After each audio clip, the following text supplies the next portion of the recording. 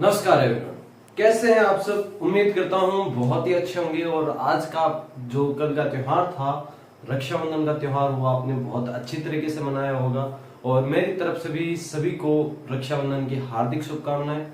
तो चलिए, SL academy के इस प्लेटफॉर्म पर एक बार फिर से हम लोग आ चुके हैं ऑनलाइन, ठीक है। और आज सेशन स्टार्ट होने वाला है क्लास 12 का। आज किसका सेशन स्टार्ट होने वाला है? क्लास 12 का। तो क्लास 12 के बच्चे जरा इस सेशन के ऊपर जरा गौर से अपनी आंखें गड़ाए हुए रखिए। बड़ा ही प्यारा चैप्टर हमने पिछले सेशन में 4th चैप्टर क्लियर किया था।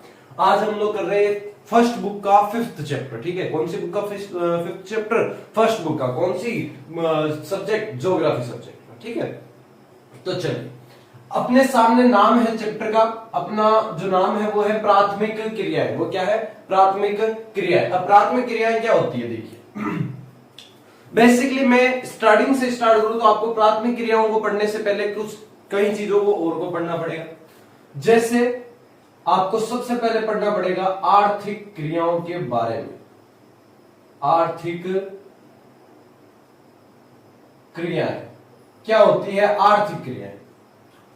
आर्थिक क्रियाएं नाम ही में अर्थ छुपा है इसका। आर्थिक का अर्थ क्या होता है? पैसा। आर्थिक का अर्थ क्या होता है? पैसा, या जो किससे जुड़ा हो? अर्थ से जुड़ा हो, आय से जुड़ा हो, वही क्या कहलाता है? आर्थिक कहलाता है। वही क्या कहलाता है? आर्थिक कहलाता है। ऐसी क्रियाएं जिनसे मनुष्य को आय की प्राप्ति होती है।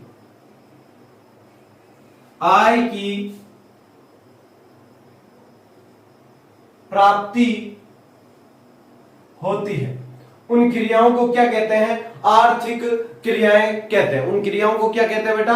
आर्थिक क्रियाएं कहते हैं, ठीक है। नेक्स्ट देखिए, आर्थिक क्रियाएं कितने टाइप की होती है? आर्थिक क्रियाएं। अब आर्थिक क्रियाएं कितने टाइप की होती है बेटा? आर्थिक क्रियाएं टाइप की होती है 4 या 5th टाइप की, ठीक है। 5 प्रकार की होती है। ऐसे अभी समझेंगे कैसे होती है 5 प्रकार की। देखो, प्राथमिक, पहली कौन सी क्रिया होती है? प्राथमिक। दूसरी कौन सी क्रिया होती है? द्वितीयक, तृतीयक, चतुर्थक और पंचम क्रिया। ये 5 प्रकार की क्या होती है? आर्थिक क्रियाएं होती है। आई होप यहां तक का आपको वीडियो समझ में आ रहा है। 5 प्रकार की क्या होती है बेटा? आर्थिक क्रियाएं होती है। अब 5 प्रकार की बेसिकली नहीं होती, क्योंकि 5वां जो भाग है वो तीसरे का एक और नया पार्ट है, ठीक है। तो हम लोग इनको आराम आराम से समझते हैं। अब देखिए, अब प्राथमिक क्रियाएं क्या होती है? ये चैप्टर हमारे नाम से रिलेट करके आपका चैप्टर प्राथमिक क्रियाओं के बारे में पढ़ रहे हैं। प्राथमिक क्रियाएं क्या, कहां से निकली, ये चीज आपको पता चल गई। आर्थिक क्रियाओं का एक ग्रुप है जिसका नाम क्या है? प्राथमिक क्रिया। इतनी सी चीज क्लियर है। चलिए, अब प्राथमिक क्रियाओं की क्या देखेंगे? परिभाषा। अब प्राथमिक क्रियाओं की क्या देखेंगे अपन लोग? परिभाषा। 1 नंबर का छोटा क्वेश्चन आ सकता है कि प्राथमिक क्रियाएं किसे कहते हैं? वह क्रियाएं, या सीधा लिखो तो ऐसा लिख देना, मानव प्राकृतिक संसाधनों का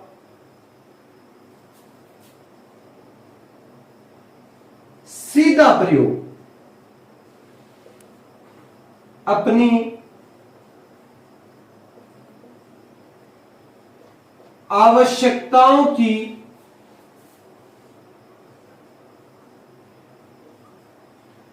पूर्ति हेतु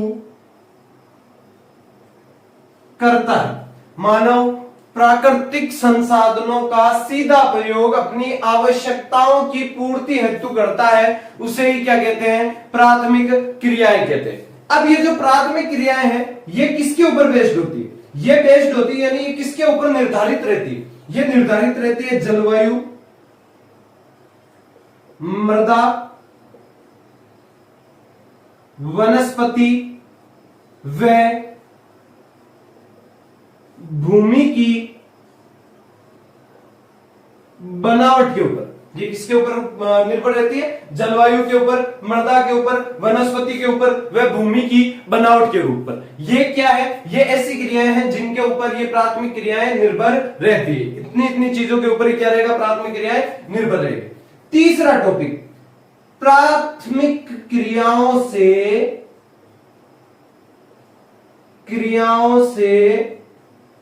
हमें भोजन व कच्चा माल प्राप्त होता है। भोजन व कच्चा माल प्राप्त होता है। प्राथमिक क्रियाओं से हमें क्या प्राप्त होता है बेटा? भोजन यानी खाना प्राप्त होता है, और क्या प्राप्त होता है अपन को? कच्चा माल यानी कि रॉ मटेरियल, जो कि किसी भी पक्के हुए माल को बनाने में काम आता है, वो कच्चा माल कहलाता है। ठीक है, ये सारी चीजें हमें कहां से प्राप्त होती है? ये सारी चीजें हमें प्राप्त होती है प्राथमिक क्रियाओं से। इतनी सी चीज सबके समझ में आई। चलिए फिर बढ़ते हैं हम लोग आगे। वेरी गुड, फटाफट नोट डाउन कीजिए इस चीज को। चलिए फ्रेंड्स, अभी तक अपन ने पढ़ा कि प्राथमिक क्रियाएं क्या होती है, वे कैसे कैसे यूज की जाती है। अब हम लोग इसके आगे बढ़ने वाले हैं। ठीक है, प्राथमिक क्रियाएं कौन सी होती है, वहां से देखिए। एक तो कई सारे मेरे स्टूडेंट्स ऐसे हैं जो ऑनलाइन क्लास देखते हैं और ऑफलाइन बेंच में भी जुड़े हुए हैं। उन्होंने कल मुझसे एक क्वेश्चन किया कि सर, तैयारी करते हैं, तैयारी करने में मजा भी आता है, पर कभी कभी ऐसा होता है कि माइंड हमारे कंट्रोल में नहीं होता, या कई सारी चीजें हो जाती है। जैसे मैं अपनी भी बात करूं तो कभी कभी पढ़ने में मन नहीं लगता। कोई भी स्थिति हो सकती है, पारिवारिक स्थिति हो सकती है, कुछ भी हो सकता है। कहते सर, कभी कभी मन करता है कि सब चीज छोड़ छाड़ करके अलग से कर जाए। तो उन स्टूडेंट्स को मैं एक ही बात कहना चाहूंगा कि यार क्यों? यदि आपका खुद का लक्ष्य है तो कोई और उस लक्ष्य को निर्धारित क्यों करे? अगर आपका खुद का सपना है कि हमें 12th के अंदर 90+ लाना है, तो क्यों कोई और सपने के लिए आपको मोटिवेट करे? देखो, जिंदगी का एक ही उसूल होता है, जो कहना है वो करना नहीं है, और जो करना है वो कहना नहीं। अब मैं आपको जागृत करूंगा कि उठो, चलो, भागो, लक्ष्य की प्राप्ति तक रुको मत, ये वो, तो वो आपके माइंड में 5 मिनट रहेगी। 5 मिनट के बाद आप खुद कहोगे कोई बात नहीं, देखेंगे, होगा तो ठीक है, वरना क्या होता है। बट खुद से आया हुआ मोटिवेशन वो अलग चीज है। मैं आज भी उस बंदे को टॉप पर मानता हूं जो हर समय ये कहता रहता है कि बस सब करूंगा तो मैं करूंगा, वरना कोई कुछ नहीं कर सकता। मैं भी खुद को एक अज्ञानशाली व्यक्ति ही मानता हूं, क्योंकि मुझे भी पता है कि मुझे संभलने में काफी ज्यादा समय लगे। जब बिखरते हैं तब उठाने वाला कोई नहीं होता, और जब संभलते हैं तब सब पास में आ जाते हैं। क्यों? क्योंकि सबको ये लगता है कि बस अब ठीक है, अब सफल हो गया, अब इसके साथ में सब चलो। अभी आपको लग रहा होगा कि आप अकेले बैठे हो रूम में, अकेले तैयारी कर रहे हो, कॉपियां भरे जा रहे हो, कुछ समझ में आ रहा है नहीं आ रहा है, बस उस चीज को रटे जा रहे हो, और इसका फायदा कहीं नहीं। अभी आप अपने घर में अपनी रात काली करने वाले अकेले व्यक्ति, और सफलता बातों से नहीं रातों से प्राप्त होती है। ठीक है, सिर्फ वो जो बात करते हैं ना, कल से रात भर पढ़ाई करेंगे, बस रात भर कल से, और एक वो होता है जो स्टार्ट भी कर देता है। तो सफलता बातों से नहीं रातों से लड़ने के बाद में एक व्यक्ति के हाथ में आती है कि हाँ, अब ये व्यक्ति क्या है, सफल। जरा इमेजिन करो उस चीज को, हाँ कहीं ना कहीं हमें सफल होना है। 95% प्लस आपके मार्क्स आ रखे हैं, लोग आपके साथ में सेल्फी खिंचवाने के लिए पागल हो रहे हैं। हाँ, हालांकि इतना नहीं होता, बट हाँ होगा कि हाँ यार, बंदे के नंबर आए हैं, हम इसके साथ में चलेंगे। क्यों होगा? क्योंकि आपने सफलता प्राप्त की। फिर आपसे कोई ये नहीं पूछेगा कि आप उस रात जागे थे, आपकी आंखें कितनी दर्द की, आप सोए या नहीं सोए 2-3 रात, कोई नहीं पूछेगा आपसे। बस आपसे सब ये आएंगे, हाथ मिलाएंगे, hello, very good, well done, I am proud of you. अरे किस बात का प्राउड? क्या आप उस रात मेरे साथ में थे जब मैं जाग रहा था? और कई सारे स्टूडेंट्स ऐसे भी होते हैं जो जागने के बाद में भी परसेंटेज नहीं ला पाते तो उनको लोग ऐसे जाग के क्या उखाड़ लिया तुमने, रातें काली तो की, फोन ही तो चलाया। तो इसलिए सेल्फ मोटिव रहो, self motive is the best. ठीक है, अब देखेंगे हम लोग। देखो बेटे, अभी तक अपन लोगों ने ये पढ़ा कि प्राथमिक क्रियाएं क्या होती है। अब हम लोग पढ़ेंगे प्रमुख प्राथमिक क्रियाएं कौन सी होती है। प्रमुख प्राथमिक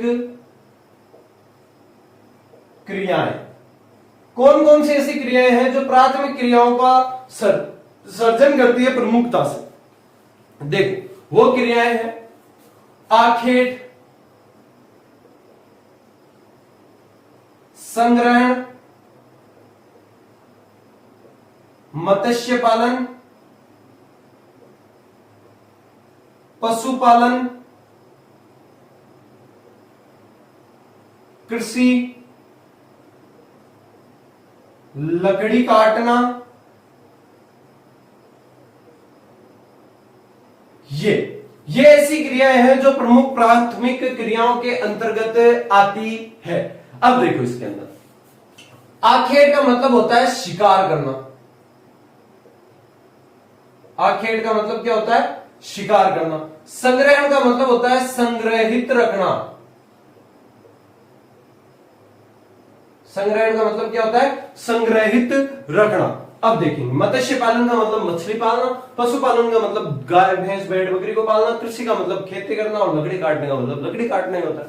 ठीक है, यहां पर आपके सेकंड टॉपिक आएगा, यानी ये वाला टॉपिक। फर्स्ट टॉपिक यही है, इसके बाद में सेकंड है ना। चलो बच्चे देखिए, आखेट क्या होता है? आखेट, आखेट का अर्थ क्या बताया मैंने? आखेट का अर्थ बताया मैंने शिकार करना। आखेट का अर्थ क्या था बेटा? शिकार करना, किसी भी वस्तु का, किसी भी जानवर का शिकार करना। अब देखो ये कहां पर किए जाते हैं? अति उष्ण तथा अति उष्ण तथा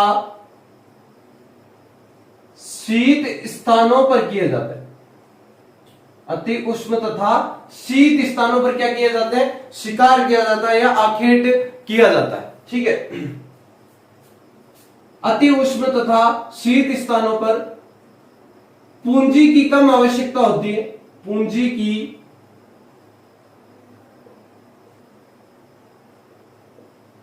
कम आवश्यकता होती है।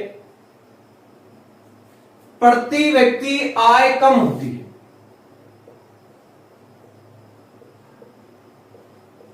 प्रति व्यक्ति आय कम होती है। सॉरी, प्रति व्यक्ति उत्पादन अधिक तथा प्रति इकाई उत्पादन कम होता है। प्रति इकाई उत्पादन क्या होता है?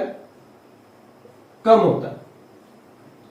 तथा इसमें क्या होता है? भोजन अधिशीत रहता है। भोजन क्या रहता है बेटा? अधिशीत रहता है। इसमें क्या होता है? भोजन अधिशीत रहता है। तथा तकनीक की कम आवश्यकता होती है, कि कम आवश्यकता होती है। तथा क्या होती है? तकनीक की कम आवश्यकता होती है। ये आपके है आखेट का टॉपिक। इसके जस्ट बाद में आपको अपने नोट्स के अंदर लिखना। ठीक, यहां तक की चीज सबके क्लियर हुई होगी। आई होप फटाफट इसको उतार लीजिए। ठीक है, नेक्स्ट देखते हैं हम लोग।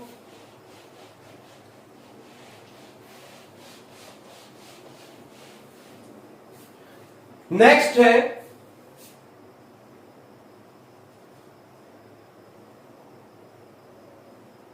विश्व संग्रहण के, यानी संग्रहण यानी आखेट संग्रहण है ना।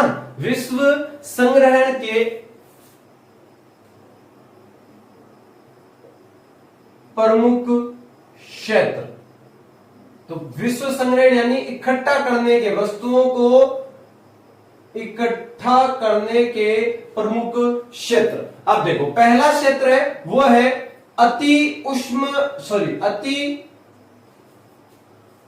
क्षेत्र। अति उच्च क्षेत्र, ऐसे क्षेत्र जो बहुत ज्यादा मात्रा में पाए जाते हैं इकट्ठा करने के मामले में, तो वो क्षेत्र कौन से है? वो है उत्तरी कनाडा, उत्तरी यूरेशिया, और कौन सा बेटा? दक्षिणी चिली। और कौन सा है? दक्षिणी चिली। सेकंड नंबर कौन सा है? सेकंड नंबर है निम्न अक्षांशीय क्षेत्र, जिनमें निम्नता पाई जाती है वो क्षेत्र कौन से है? तो वो है अमेजन बेसिन,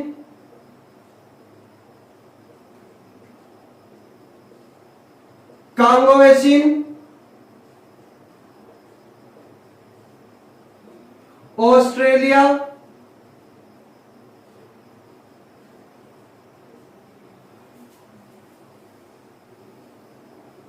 दक्षिणी पूर्वी एशिया। ये 4 ऐसे स्थान है जहां पर क्या है? निम्न अक्षांशीय क्षेत्र, और ये 3 ऐसे स्थान है जहां पर क्या है? उच्च अक्षांशीय क्षेत्र। आई होप आज का आपका वीडियो बहुत अच्छा लगा होगा आपको, और बहुत ही ज्यादा सिंपल टॉपिक है, कोई ज्यादा हार्ड टॉपिक है नहीं, तो आज तक यहां तक उतार लीजिएगा और नेक्स्ट याद कर लीजिएगा, ठीक है?